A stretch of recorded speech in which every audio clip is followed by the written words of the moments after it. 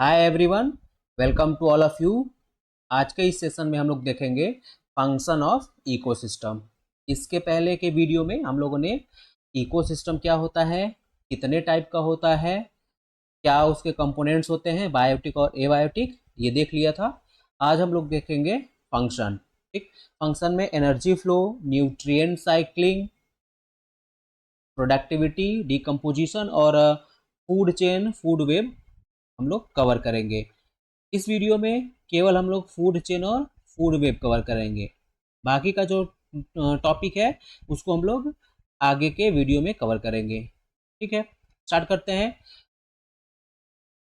Function of ecosystem. तो ecosystem regulates essential ecological processes, support life system and render stability. ठीक है, essential ecological process को regulate करता है, लाइफ सिस्टम को सपोर्ट करता है और स्टेबिलिटी मेंटेन करता है। ठीक है, आगे है ecosystem is also responsible for cycling of nutrient. ठीक है, साइक्लिंग ऑफ न्यूट्रिएंट इसको हम लोग अलग से देखेंगे, between biotic and abiotic component. ठीक है, बायोटिक और एबायोटिक कंपोनेंट के बीच में न्यूट्रिएंट की साइक्लिंग। अगला है ecosystem maintain a balance among the various trophic level in ecosystem. ठीक है, बैलेंस मेंटेन करता है various trophic levels in ecosystem. आगे है ecosystem cycles minerals through the biosphere. ठीक है, मिनरल्स का साइक्लिंग होता है, तो वो भी हम लोग देख लेंगे जब न्यूट्रिएंट साइक्लिंग देखेंगे तब। आगे है the biotic component help in synthesis of organic component that involves exchange of energy. ठीक है, यानी एबायोटिक जो कंपोनेंट होते हैं वो ऑर्गेनिक कंपोनेंट के सिंथेसिस में हेल्प करते हैं। ठीक, अब देखते हैं हम लोग फूड चेन। अभी आया था term trophic level.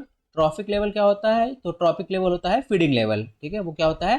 Feeding level होता है, मतलब एक ही टाइप के फीडिंग लेवल वाले ऑर्गेनिज्म जो होते हैं, या एक ही टाइप के फीडिंग लेवल के ऑर्गेनिज्म जो होते हैं, या फीडिंग टाइप के ऑर्गेनिज्म जो होते हैं, वो एक ट्रॉपिक लेवल बनाते हैं। ठीक है, तो यहाँ पे एक टाइप का जो फीडिंग लेवल का ऑर्गेनिज्म होता है उसके ऊपर दूसरे टाइप का जो ऑर्गेनिज्म होता है, या दूसरे ट्रॉपिक लेवल का जो ऑर्गेनिज्म होता है वो फूड के लिए डिपेंड होता है, और दूसरे पे तीसरा डिपेंड होता है। इस तरीके से एक चेन बन जाता है जिसको हम लोग क्या बोलते हैं? Food chain. इसमें फूड का क्या होता है? फ्लो होता है। ठीक है, इसमें क्या होता है? फूड या बायोमास का फ्लो होता है। ठीक, तो food chain are dynamic in nature which link the biotic and abiotic components of an ecosystem. ठीक है, बायोटिक और एबायोटिक कंपोनेंट को क्या करता है? लिंक करता है। ठीक, फूड चेन। आगे क्या है?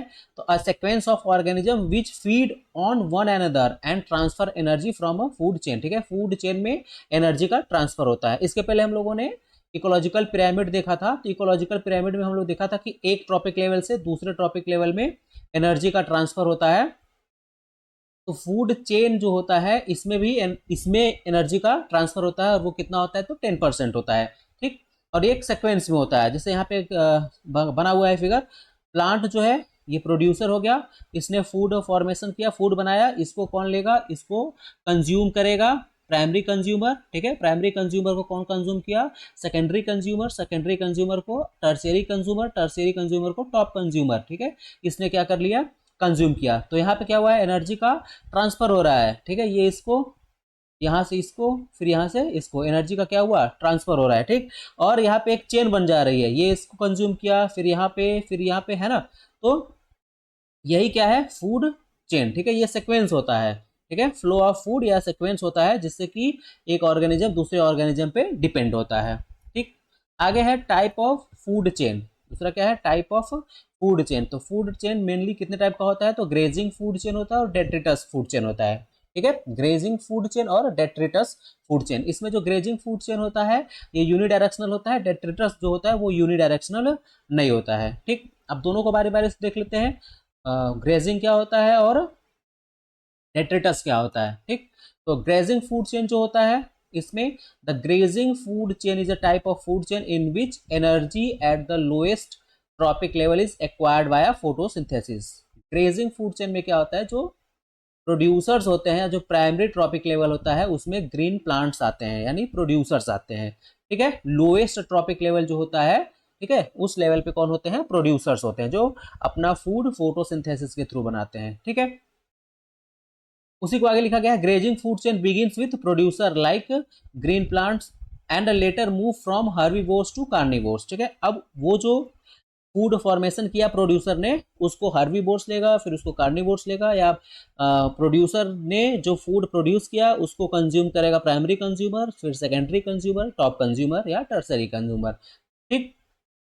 आगे है sunlight energy serve as primary source of energy, ठीक है। तो जो ग्रेजिंग फूड चेन होता है इसमें सनलाइट जो होता है वो क्या होता है, प्राइमरी सोर्स होता है। एनर्जी का प्राइमरी सोर्स क्या होता है, इसे हम लोग पहले भी पढ़ चुके हैं पूरे इकोसिस्टम में, ठीक है।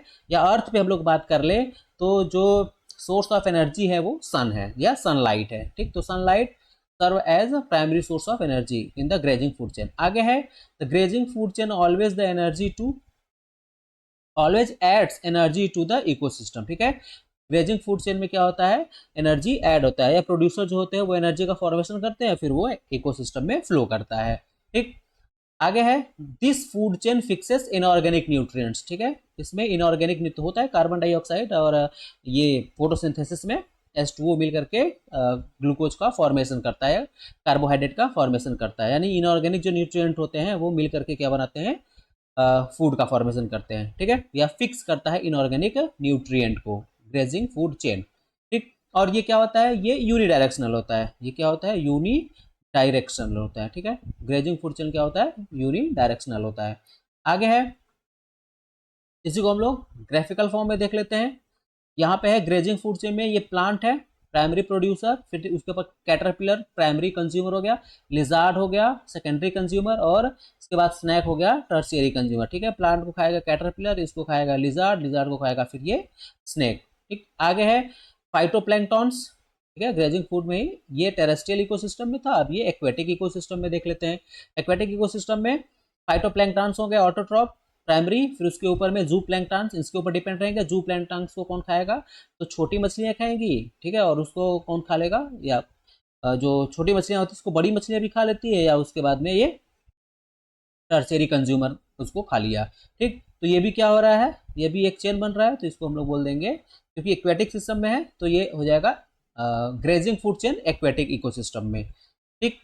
आगे है डेट्रिटस फूड चेन, ये था ग्रेजिंग फूड चेन जिसमें कि जो लोवेस्ट लेवल ट्रॉपिक लेवल पे जो ऑर्गेनिज्म होंगे वो प्रोड्यूसर्स होंगे, प्रोड्यूसर से शुरू होगा, यानी ग्रीन प्लांट से शुरू होगा, और फिर वो हर्बीवोर्स कार्निवोर्स या primary consumer tertiary consumer, primary secondary और टर्शियरी कंज्यूमर तक जाएगा, ठीक है।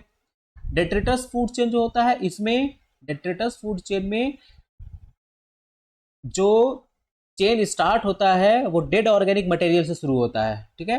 Detritus food chain is a type of food chain that starts with dead organic material, ठीक है। डेड ऑर्गेनिक मटेरियल से स्टार्ट होता है। The dead organic substance are decomposed by microorganism, जो डेड ऑर्गेनिक मटेरियल होगा उसको decomposer या micro organism होते हैं उसको डिकम्पोज करेंगे।